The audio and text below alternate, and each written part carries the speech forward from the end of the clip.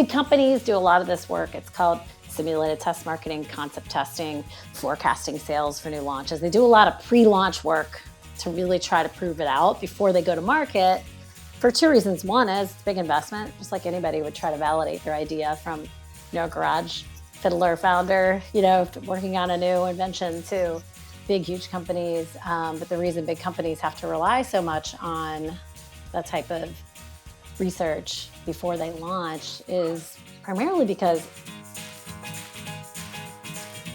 Welcome to the Natural Products Marketer Podcast. I'm Tina.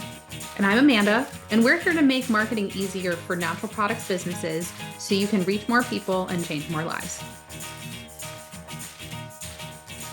So Teri, I'm excited to have you on the podcast because you went through the whole story brand training process around the same time that I did, and that's where we got to meet. So I know that you know about how to tell stories to help market products and services, which is awesome. And at the same time, you are a data geek.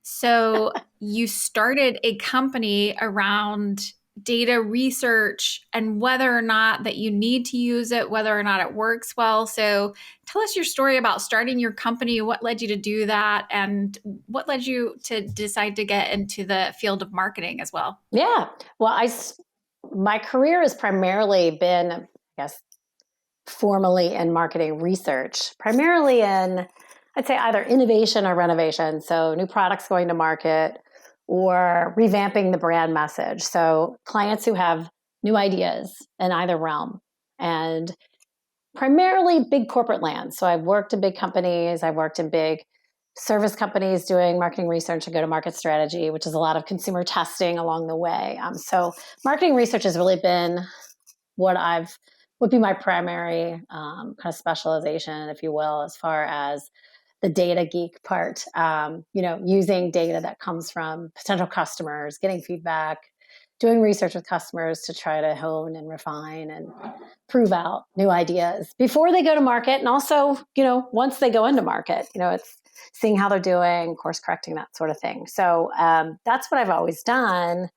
For about 10 years, I worked in a big research company specializing in new product launches.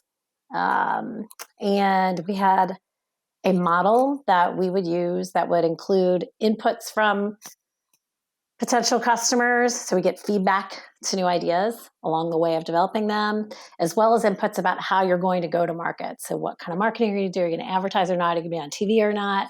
Where will this be sold? All those things impact how many you'll sell and if you'll sell as many as you're hoping, right? So big companies do a lot of this work. It's called simulated test marketing, concept testing, forecasting sales for new launches. They do a lot of pre-launch work to really try to prove it out before they go to market for two reasons. One is it's big investment, just like anybody would try to validate their idea from, a garage fiddler founder, working on a new invention to big, huge companies. But the reason big companies have to rely so much on that type of research before they launch is primarily because it's not easy to prototype. It can cost millions of dollars to create a tangible thing to see if people will buy it, right? So we have to try to figure out, can we attract people to this? Do we have the right offer? Do we have the right features? Do we have the right message? Get it as tight as we can. And we have to prove out to the money holders that this thing is going to at least meet our expectations for what we need, right, to pay back our investment. So that's what big companies do, and that's the kind of work I did. It's primarily 20 years, but 10 of my years were really, really specialized in that arena. And we had all the rigorous approaches. We did what you call concept testing, which in the startup world is more like idea validation, right? So getting feedback from potential customers, users once you have a prototype. But we did this at a much more scaled level. Lots of big sample sizes with lots of people in our research. And we have very proven out, accurate, very proud to have very accurate ability to predict sales down to like how many products you'll sell in year one. So we had to constantly refine our models and break them apart and see if they're wrong and that sort of thing. So that taught me a lot about launches. But nonetheless, so I worked, we we're all about the rigor, but I always loved the little things and the nuances you get from actually talking directly to potential customers or actual customers, the little things they'd say, the context of how they use a product. I mean, there's so much you can learn just from having a few conversations, and that was always more exciting to me than the big numbers and, forecasting the sales and putting the sales in front of the CEO and getting everybody to buy in to launch a new product. So that was kind of how I always felt. So I always liked, the more nuanced part of the marketing research that we do. But nonetheless, we were all about rigor. So we did all the things for about a year for so just to back up a little bit, there was a particular project I worked on with Procter & Gamble for the Febreze brand. Febreze was on its way to becoming $1 billion brand. It was hot and growing, and they were looking for new products to launch for that brand. And there was a particular air freshener project that they were working on that really was different from what they're used to launching into the market. It was more expensive. It was big. Did all these. It was a cool gadget. And we did all the research, and it proved it on paper. It looked great. We did all the concept testing. It passed all of our metrics and benchmarks and thresholds. We did the sales forecast. Everything looked good on paper, right? But I just could tell something wasn't right. This once good idea felt like it was veering onto the path to market that just didn't feel right for the idea. And I could get into all the nitty gritty about it. But long story short is, it was one of the most epic flops in the history of the company. I was getting ready to run a 5K with a good friend of mine who worked at P&G. He worked on the Febreze brand, or in the same division. And he kind of made a joke, "Hey, your name came up in a meeting the other day." I'm like, "Oh, really?" He's like, "Yeah, they said to fire you." I'm like, "Well, that's not funny, Chuck." He said, yeah, that debacle Febreze said stories. He said, they asked what consultant, what research supplier passed this thing?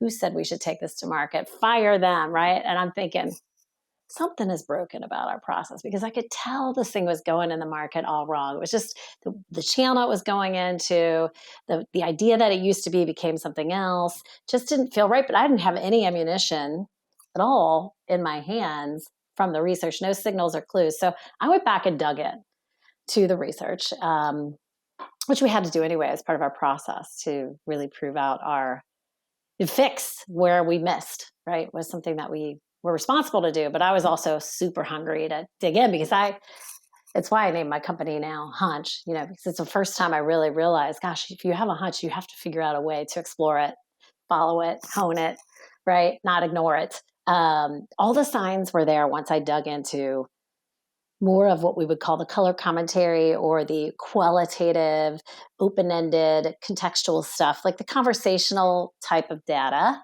from the consumers that were participants in our research, was so telling. All the little clues and signals, were there. They were all there. This was a very bulky product, right? So like that was coming up. It's like, well, I'd rather just light a candle. At the time, they had Shania Twain, the country music singer, was going to be like a spokesperson for the product, and it looked like a CD player at the time, the old style CD player. And so people were saying, "Oh, does it play music?" It's like all the little signals of the distraction and confusion that you could expect one would experience the first time they encounter this new product, the new message for this new product, were there. But like, we didn't bring them to surface, nor did we have good techniques to help us really bring those things to the surface. They were like the fluffy stuff, right? Like all the hardcore numbers looked good. And this can happen, right? I mean, the more new to the world or different or,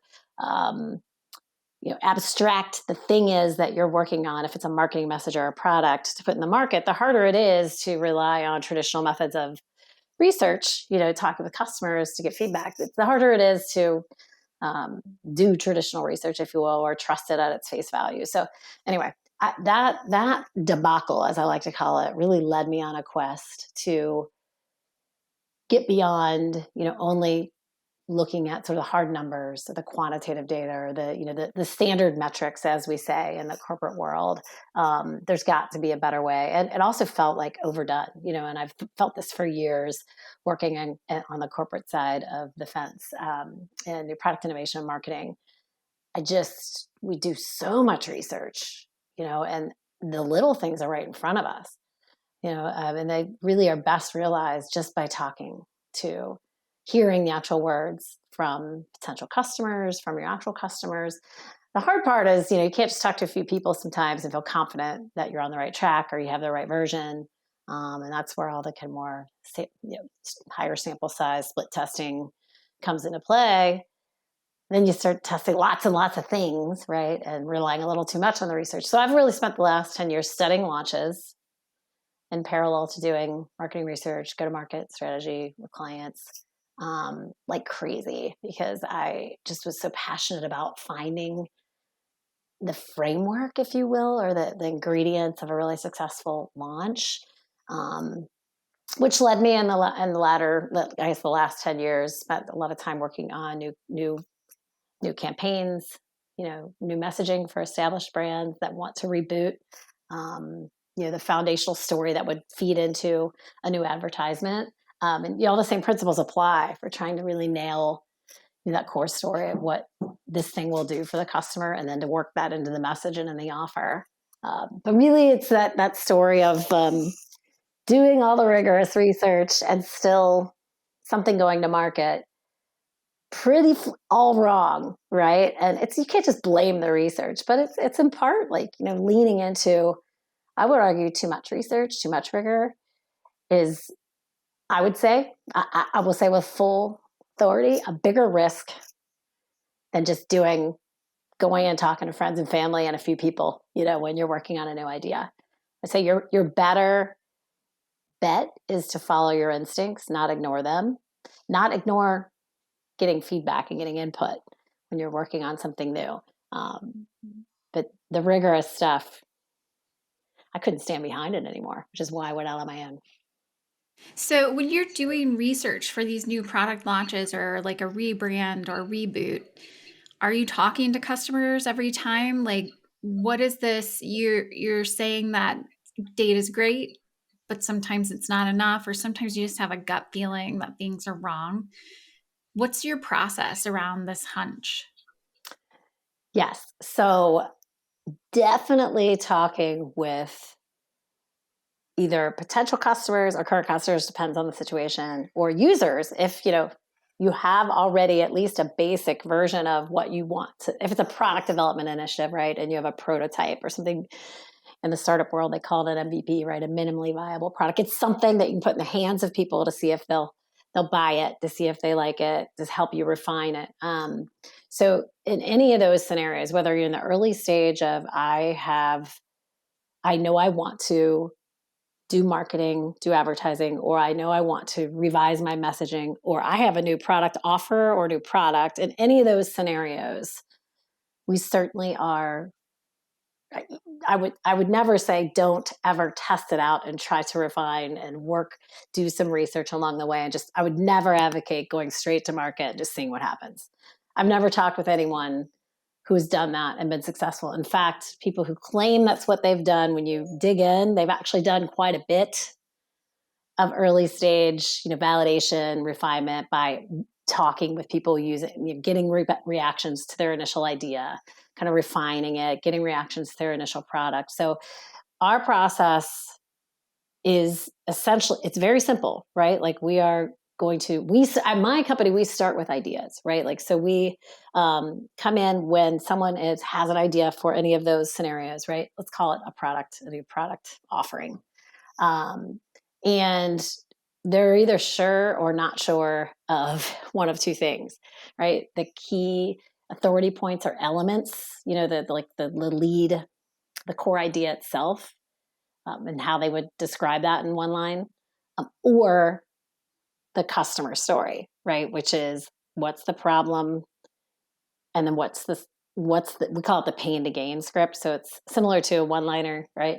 In the story brand world, where it's like, there's a problem in the way of something somebody wants, right? And our solution is going to remove that. So if you're not, wherever you're unsure is where we start, but we always start with what we call a hunch lab, which is essentially, I want to hear the origin story behind this idea, because there's always a lot of really good clues in that story. Oftentimes they have been a little bit forgotten or muddied, because once you start getting into moving toward going to market, one idea becomes many, and you're getting a lot of advice. Then you got to think about how you're going to put in the market. And it's sort of like, let's get back to what got you fired up initially.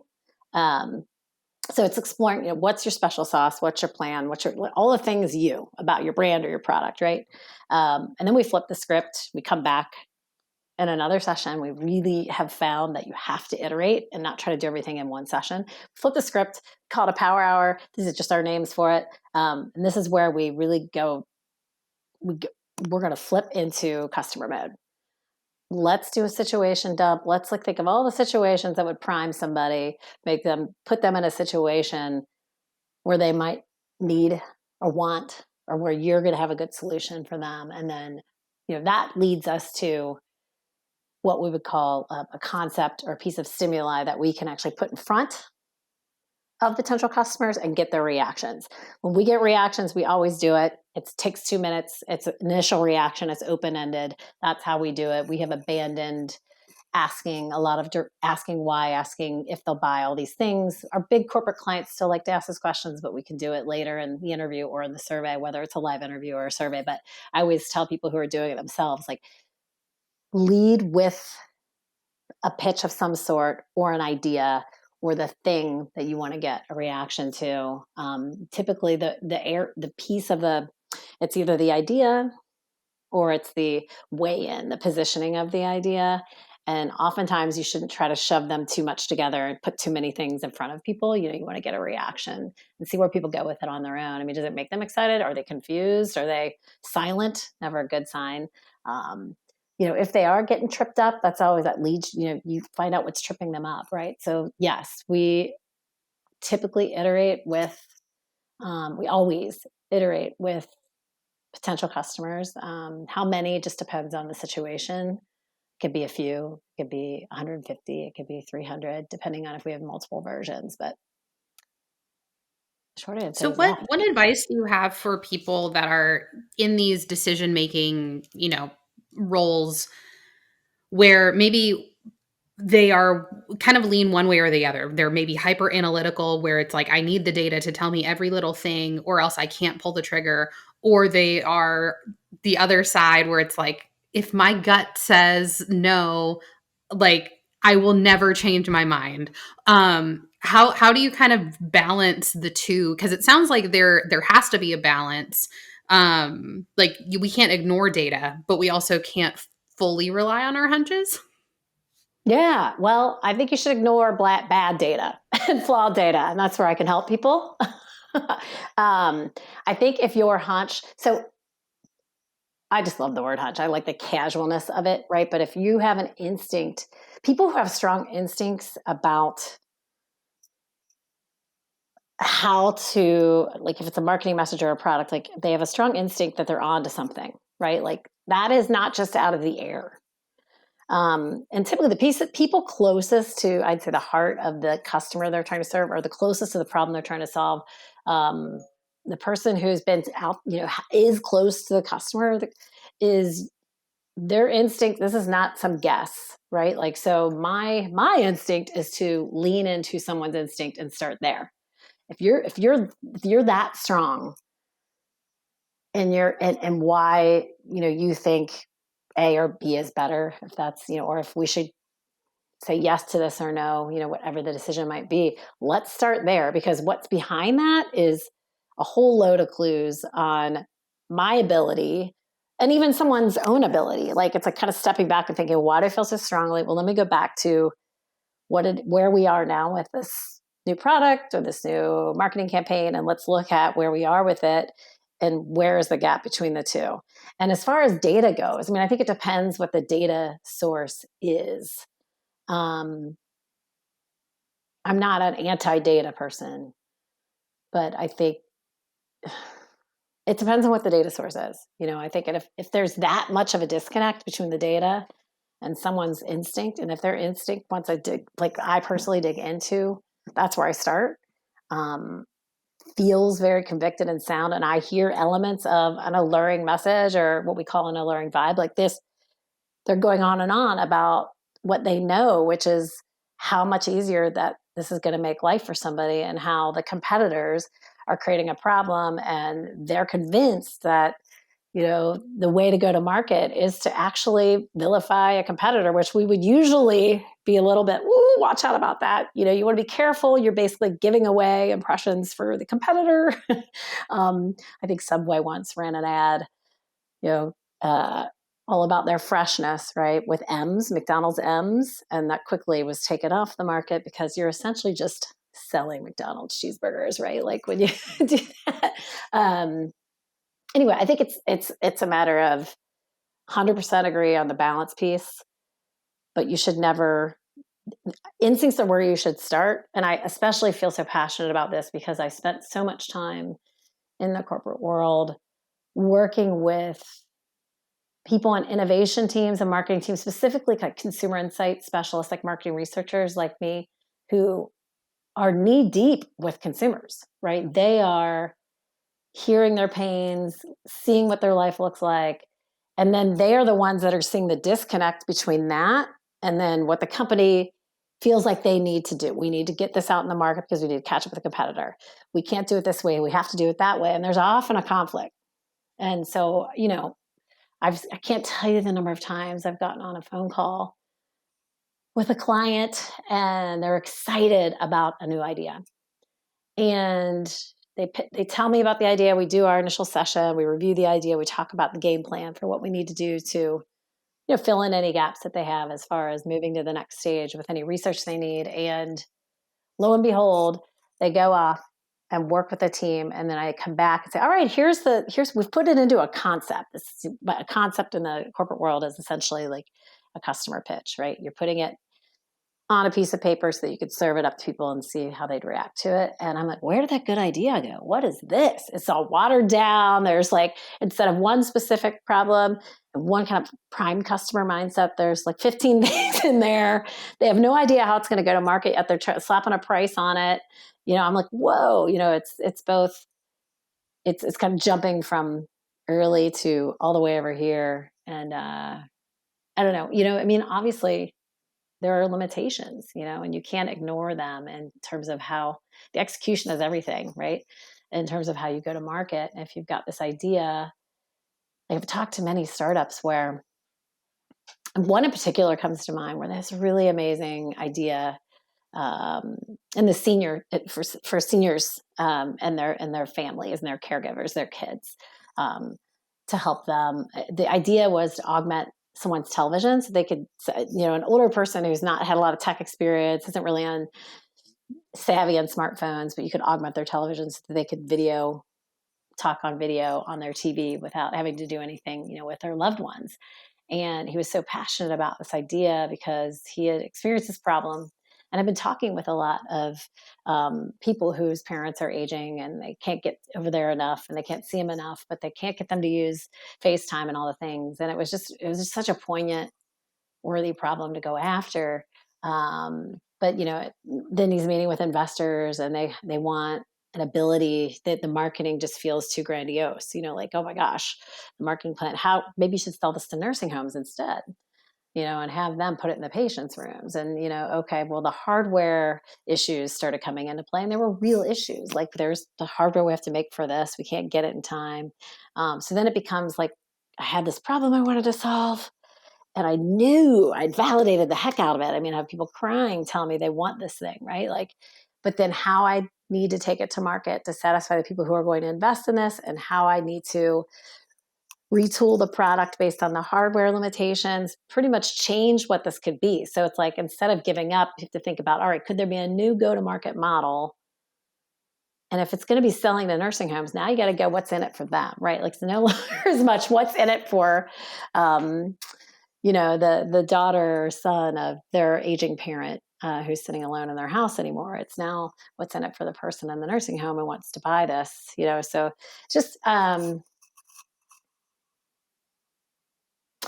I think an example that's a little bit veering away from your question around, data versus gut. But I think that particular story came to mind because I was thinking about what happens to so many good ideas when they go into market is the execution. There are real blockers that can occur, and you just always have to go back to your story that you've started with. I call it a story script. Like in the story brand world, they call it the long form brand script. But the short version of that, like whatever it is that you call it. We have many clients who call it a manifesto, but the pain and gain story. What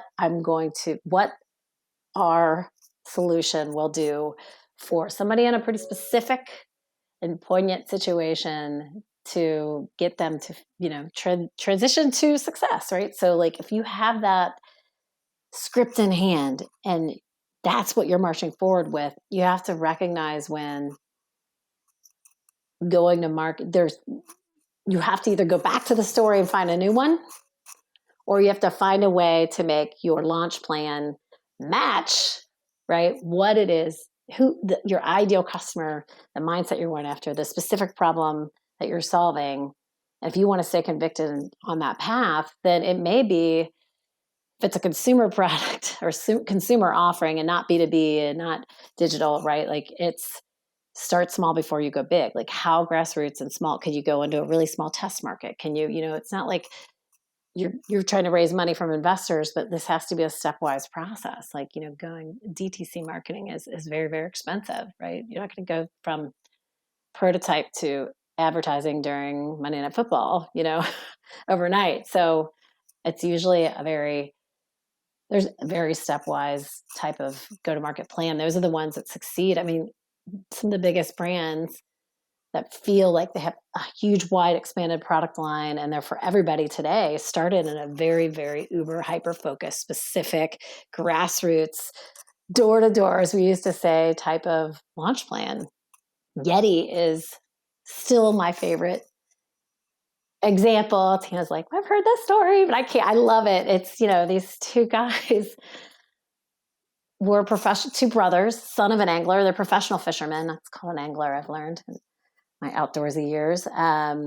They, would have coolers that they put their fish and their drinks in, but they would beat those coolers up, right? Like there's a picture online of one of the brothers standing casting right on a cooler, and they just were like their dad. I think he built boats, and there was the material that was used for boats. I think I'm getting the story right, as far as where the material came from, and they knew that they could make a better cooler, that would keep things cold, but also be really, really durable and would stand up to a day out on the boat, right? And so the product that's in every soccer mom's hand in America, and every party, on every boat, in every backyard today started as one product going after one specific problem, which is not even keeping things cold. It was durability.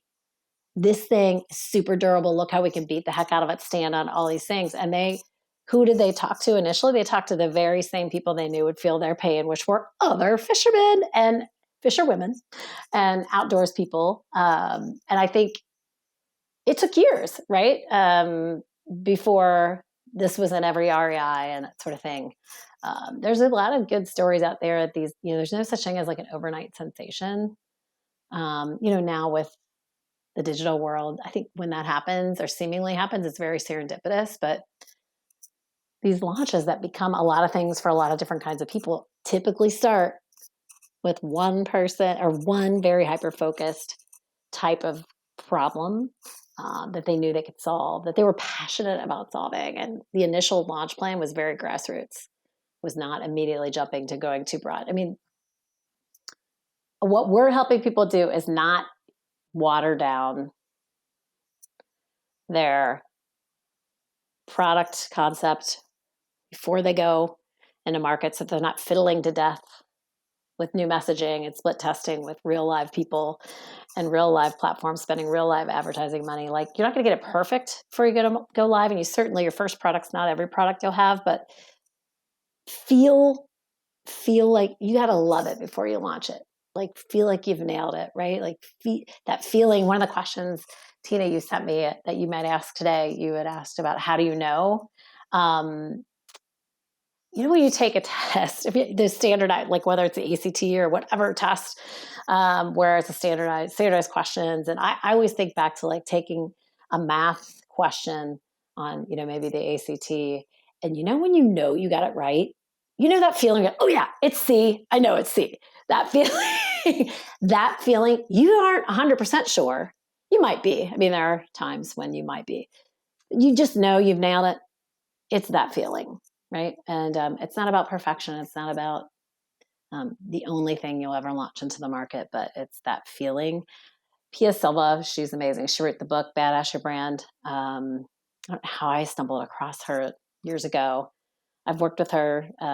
She's been a mentor and a business coach for me. She's awesome. But she talks about it feeling like your favorite pair of jeans, like when you know. Mainly talking about the kind of messaging and knowing your ideal customer target and getting real niche with your message. And she always says, like your favorite pair of jeans. That's how it should feel. It's hard So to I'm feel that way curious. with just numbers. You've got to go Yeah, beyond the I'm numbers. curious though, like with your experience with these massive companies, because I see this, we're in the natural products business. I Yeah. see this all the time with brands that have been really successful with a product, and it could just be kind of like a standard product, like a protein powder or something like that, Yeah. and then they do really well with it. They're like, oh, well, let's just add new versions of the same product. We'll just sprinkle dust, whatever extra things like, oh, this is a stress protein. It's like, that doesn't exist. But it's like, let's try to like hit these like trendy, like stress or hydration or weight loss or whatever. And it doesn't really alter the product all that much. Like, I'm curious what the process looks like for some of these larger companies where they maybe feel like they have that like, well, we need to hit these trendy things even if it's not necessarily an effective product. Like, how hard is it to stop that train from the time of like, oh, we have this idea, let's just reformulate ever so slightly to create this new product, and then they bring it to market, and like in our case where we work with a lot of retailers and they're just like, this is crap, like we don't want to sell this. It's like, stick with what like you had a really great flagship product and now you're just adding stuff that doesn't need to be there and trying to be something that you're not. Like, I'm just curious, what is it almost better for them to go to market even if they have like poor research, like once they've kind of started that process of for the formulation, the packaging? I know it's expensive. Is it better to take it to market and let it fail once it gets there, or to stop it in its tracks? Ooh, that's a loaded question. I laughed initially. I was like PTSD laughing, I think, um, gosh, in the bigger company world, there are often times when the reason for launching or extending so adding offerings or extending, is to actually satisfy the retailer, right? It's for shelf space. It's for making sure we stay ahead of the competition. Um, so that's often the reason, and that can go.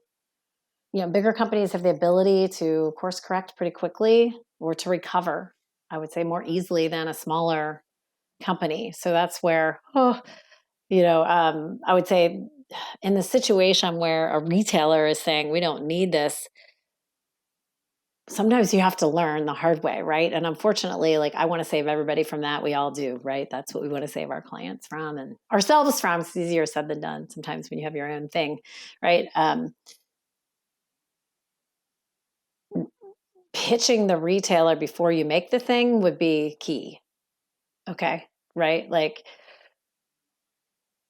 we have this idea. What we can do is, and so this is a common thing that we have done with bigger companies that I think could be really useful as far as advice for smaller companies that are emerging and trying to grow, would be creating like what we call a concept, or the idea, without creating the product, getting reactions to it, getting enough validation from consumer excitement, right, to be able to show, to pitch that to the retailer, and doing your diligence before you've gone through with the effort of all the R&D, right? Like, it often has the reverse that happens, right? Like the R&D, no, they're onto something. They've got this formulation. They were pitched by, some shop that has some unique ingredient or something that they've like. I mean, the exclusion would be when you truly do stumble onto something that is technology or is an ingredient or is a combination of ingredients that can solve a problem that nobody else has been able to or crack the code, right? Or an example would be there's a dog food brand called Badlands Ranch. It's actually Katherine Hagel, who was great, the actress on Grey's Anatomy. And she's a big animal advocate, all about natural foods and cooking and all these things. She's real passionate about that. And she has a farm, I think in Utah somewhere, and they, live on the farm and cook all their own food and live off the land mentality, right? And is very passionate about trying to feed our animals something that is, food that is less processed, but recognizes like it's not that easy to make my dog's food, or if it's, all of like Farmer's Dog and all these awesome brands that, are out there now, it's frozen. So it like it's kind of, okay, well, what do I do when I have to travel with my dog? And now I got to let it thaw, or, it's like I got to keep it cold. And so, if you go to their website, look at their messaging for their product, pretty quick into the messaging, you'll find them talking about technology, which is not usually what we advise. Like people don't want to hear all about your brand and all about what it does and all about the, science. But in this case, they're actually come up to you. It's like, hey, we've come up with a way to slow cook the food so that we can still make it dry so that it's still easy, just like we know you want it, but also retains a lot, very minimally processed. So it's just an example where, we know this is a pain point. Like we know people wish they had a better solution than feeding dry dog food, and they feel guilty about doing it, but it's expensive and not easy to go to all natural dog food. So is there a middle ground? And the technology itself speaks volumes. Even if it's like all you have to do is tell me about this technology, and I'm like, yay, it feels believable. So in that case, because that's a strategy that's rare. I think that works. That's rarely the way, these brands that are adding new products or expanding or et cetera, like to lead with the science, the ingredient, or the tapping into a trend. Be skeptical about that. Anytime that, you're following a trend or you're just throwing in an ingredient that sounds trendy, just so you can have another product on the shelf, if it's not truly tapping into a problem that's unsolved, maybe hold.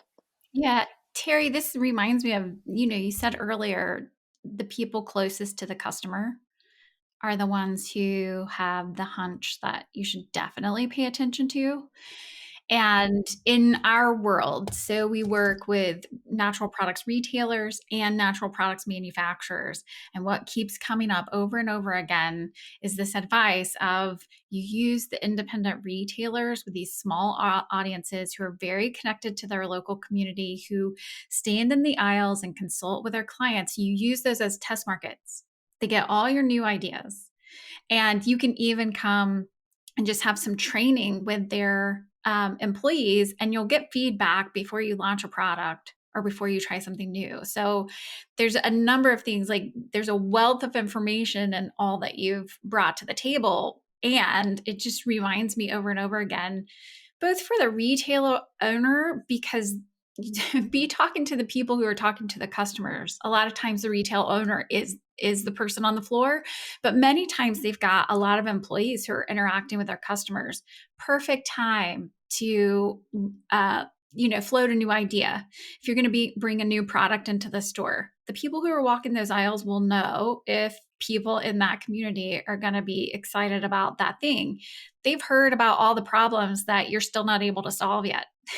So they're the people that you can be talking to get that feedback.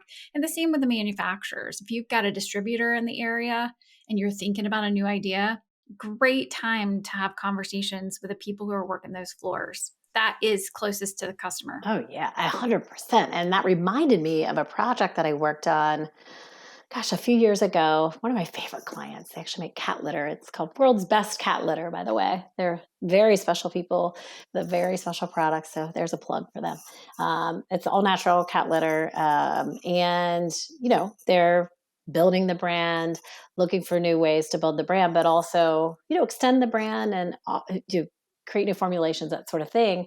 And we did some work at the early stage of a new initiative, and the sales team was involved, and it was it was such a reminder that these people are out talking, and they were talking like the feed stores. They had all these insights, as we like to call it. I think insights come from us, not from data, but it was so insightful because of just the things that they would say they've heard from being out on the floor talking to their customers, and then happening upon somebody shopping the cat litter aisle, and then they're talking to them, and then the person shocking the shelf chimes in.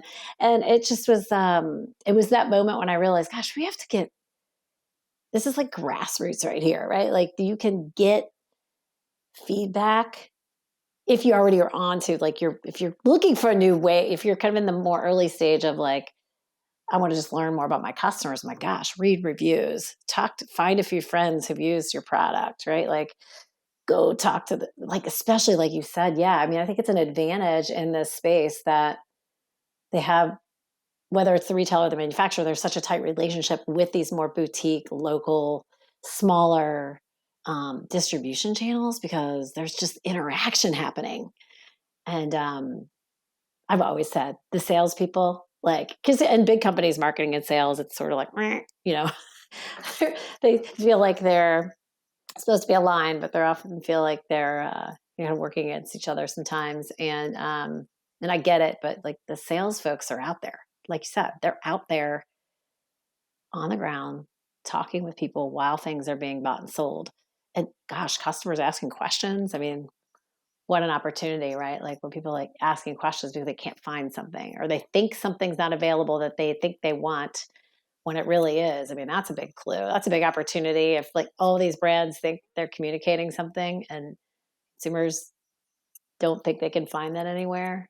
Yeah. Well, Teri, this has been great. Like you've given so many nuggets for people to use to launch new products. But really, I mean, I feel like the heart of this interview has been around staying in touch with your customer, because I think that's where the gut feeling comes from, is that interaction, the conversations, and hearing feedback. Because you're right, products don't make it if you're not solving a problem. And the only way you're going to know what problems are out there is personal experience and feedback from other people. So I love all the information that you've given today. And I know that people are going to be able to use it to sell more product in their stores and launch new products and sort of innovate in their markets in a way that is less expensive for some of our smaller companies. You don't need all this data. Data's great, don't ignore it, but you don't necessarily need it if you're in touch with your customer. And I think that's a beautiful thing. So we always ask our podcast guests the same questions to end the interview. Oh gosh, yes. Hit me up. What is it? Amanda, do you want to do that, or you want me to? Yeah, I'm locked and loaded, ready to go. All right. Okay, so Teri, who do you like to follow to kind of stay up to date with all things marketing and kind of stay at the top of your game? Oh, wow. Of course, Donald Miller, JJ Peterson, the Story Brand folks. It was pretty life-changing when I stumbled upon, actually somebody locally recommended I read Building a Story Brand when I was actually launching my own company, because it's hard to do, create clarifying, figure out your own messaging and your own offers for yourself. And so I realized really quickly, oh my gosh, this is so practical. Well, of course, it's based on a 2,000-year-old proven framework, a stinking good story, right? So that is a big one for me. Gosh, there's so many. From a behavioral, like, there is a book called Influence, which I think is the foundation of persuasion, influence, consumer behavior, by Robert Cialdini. And he recently launched a newsletter on LinkedIn. I'm like, oh wow, look at this. I was just surprised that he did that. And it's really, really good. And it's one of those things where it's a lot of social science experimentation. A lot of like social experiments, but like they're very easy to like. He'll do like a little slide. If you follow him on LinkedIn, a couple slide share, carousel, if you will, and it's really easy to get the lesson from it and apply it somewhere very distant from the actual, experiment itself. So those are probably my two favorites. I have a bunch. My gosh. Yeah, Cialdini is one of the best. So if you guys want to get that book, he's done several Persuasion, and who's working with him, Bass Wooters, actually wrote a book called Online Influence, and I helped them do their marketing when they were first launching that, and now they've sort of brought these two brands together, and that's Bass is the practical guy. He's from the Netherlands, and he is like out there running the tests with his crew and then bringing the data back, and Cialdini's talking about it. So I think that was a perfect like match and so Oh, fun. I didn't know that. I have to check it out. I have a personal. Yeah. I was at a conference. It was actually behavioral. It was all about behavioral science. And he was one of the speakers. I got to meet him. He has this aura about him too. He just feels like good people person, right? But he was talking about writing his book, Persuasion, and I'll never forget. He said he put a picture of his I don't remember if it was a grandchild or grandchildren inside of what he was writing because he wanted to make sure what he created would be something they'd be proud about. And I feel like I try to remember that all the time. I mean, everybody wants to feel proud about they've had an impact on in some way, even if no one knows it but you, right? Like that you were the reason that this went to market this way, or you helped do whatever it is. And I thought that was so neat too. So I have an emotional like pull for him. But yeah, his stuff is just, there are many others, right, out there that are good reads, but those are probably my two favorite. I could go on this question. I do a lot of skimming. I'll tell you, I'm a big doer, probably to a fault. So I'll get into a book and my brain's like, get something you need out of it. As soon as I get it, I'm like, oh, I'm going to try that. I'm going to try a new idea. And then it's like, oh, put that on the shelf. Let me try a new one. I think another really good one, it's a little bit outside of the norm, I think, in the kind of marketing world is Hit Makers by Derek Thompson. He's actually a writer for The Atlantic. And it's all about, why things go, what really makes things go viral. What makes big ideas take off. And it's called Hit Makers. It's really, really, it's not for somebody who's looking for, give me 10 examples and 10 exact tips to use today. It's more about like, here's what really goes on in terms of why things take off, why new ideas take off. He talks about how modern music, is all based on the same chords. And, there's something subtly familiar. There's newness and subtle familiarity and the balance of that. So it's a really good one too, for especially somebody who's thinking about growing their brand and trying to attract customers quickly with a really strong message, or wanting to put a new product into the marketplace or sell a new product, right? Like retailers care too about messaging and so forth. So awesome. What do you think is the single biggest decision you have made in your career that's led to your success? No pressure, just the single good biggest. Lord. Yeah. Like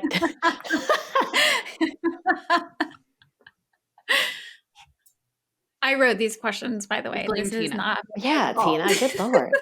Don't shoot Single the messenger. biggest decision. Okay.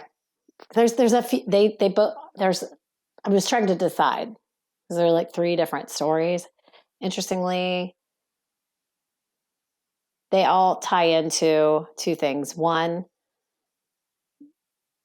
feeling pulled to work with somebody who I sense could teach me a lot, who's moving and a doer who could teach me a lot, or being able to hack my way and try new things. So making decisions to do either of those two things and walking away from taking the road less traveled, but I would say probably the single biggest one was when I was working at Ipsos, which is a big marketing research company. I think it's the second biggest in the world now. I was there for 10 years. And I was working on a business unit, and the company acquired a new business unit. or a new business from another company, and they came in to pitch us because we were kind of the generalists and they were specialists, and we would need to pull them in on certain projects and so forth. And the person who runs that business, his name is Jason Brown. He's now head of the client organization at Ipsos. He was probably the first person that in my world of, designing, selling, marketing, and doing marketing research, who really would talk from a business results first standpoint. And he was super casual and just like, there was something about, I'm like, wow, I could learn from this person.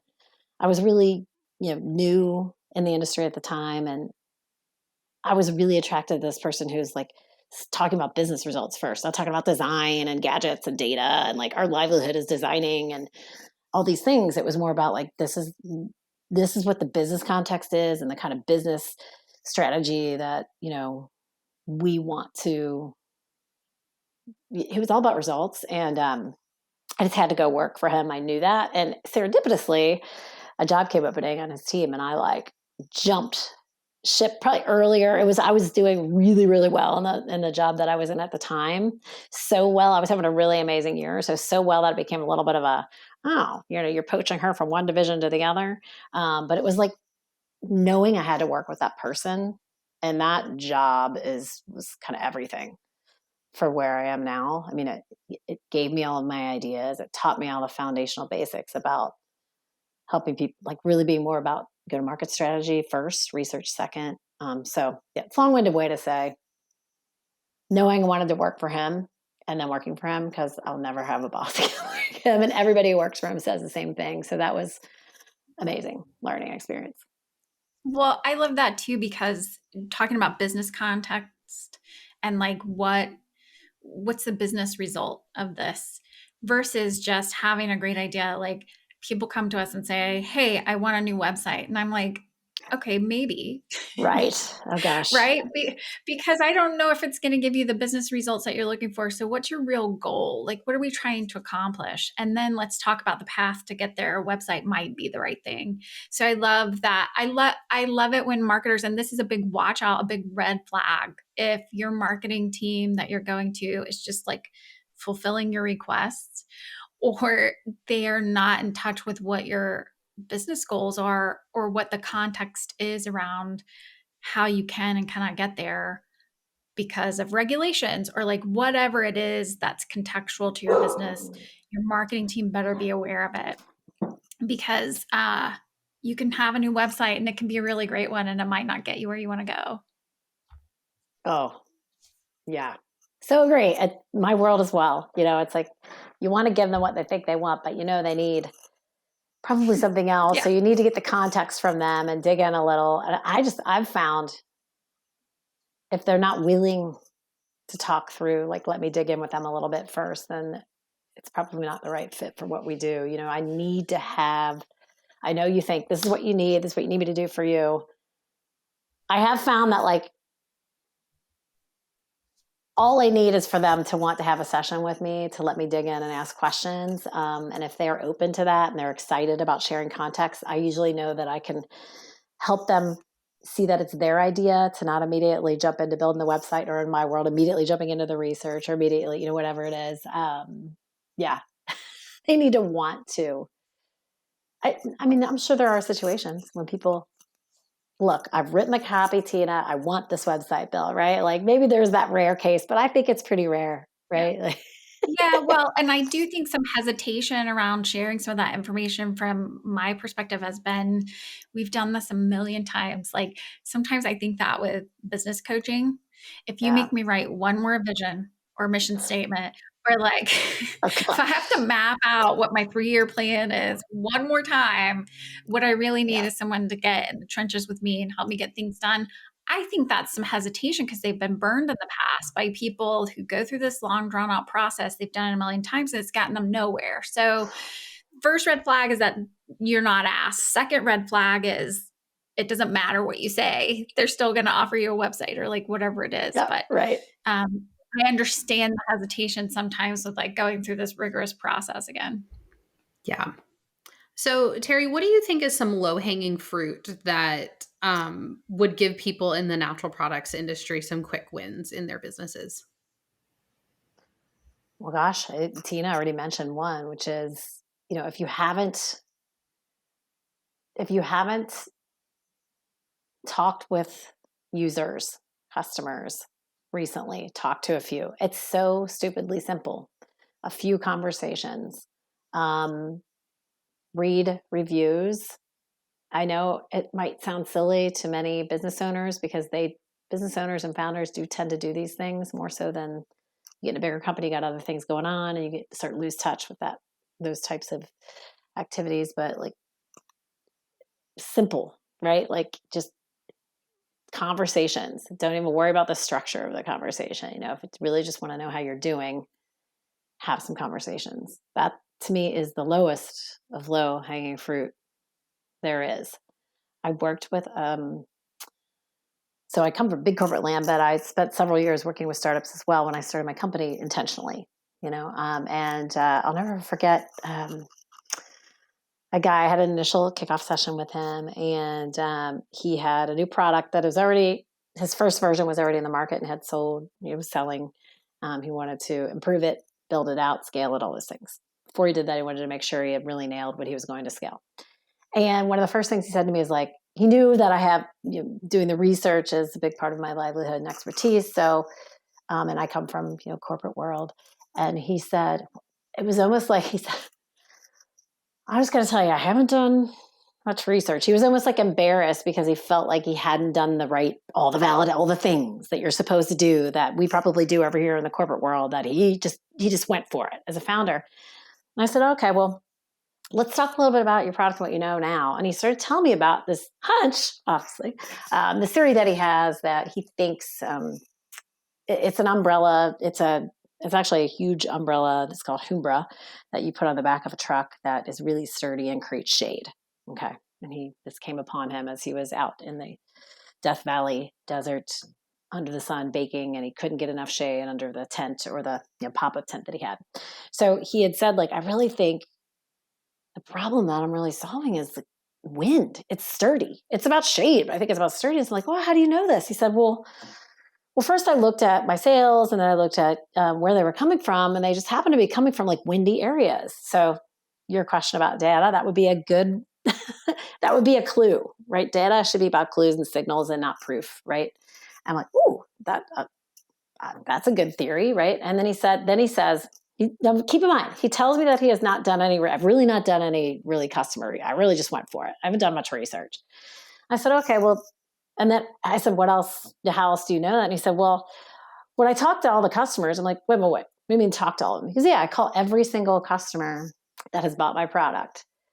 And he was basically journey mapping, right? Like he was asking them just, hey, how'd you hear about this? Kind of what's your experience so far? I mean, I'm like, can I hire you to do our research for us? I was like, can I just stop you for a second and let you know that please don't assume what you're doing is research, right? Like you are doing the things to keep in touch with making sure your customers and their needs and making sure you're solving the right problem. And before you go big with this thing, wanting to really nail a problem that you suspect is a little different than what you started out with. And I just thought it was so, like, that's a long-winded story. I'll have to figure out how to edit this one down. Maybe we'll retake it because it's a good one. I was like, he's telling me that he doesn't do any research and then feeling kind of embarrassed by it. And then he proceeds to tell me he talked to every customer. And I thought, if I could get every one of my big clients to talk to one, to want to talk to one, just go talk to one, wow.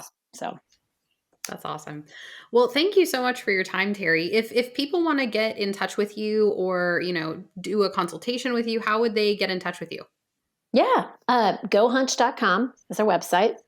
There is a button right on the homepage to book a call. So that's where we always start, just to hear a little bit about where you are, if we can help. You always get something out of that call because we will review whatever you have at the moment, whether it is a working idea, whether it's an established brand message, we'll review it together and give you some tips right on that call. So that's the first step. My email is Teri, Teri, 1R, @GoHunch.com. I had to make the emphasis about the 1R. It's like a joke with my friends and everybody puts 2 R's in it, and I have to. That's funny. Nobody on this podcast knows about that inside joke, but they do. They might put a Y on it too. Oh, listen, that's the boy version. That's Terry Bradshaw. Sure, there's very funny. Yeah, thanks so much, Teri, for being here and doing this. And we'll have links to your website and your email address in our show notes so that people can find you easily.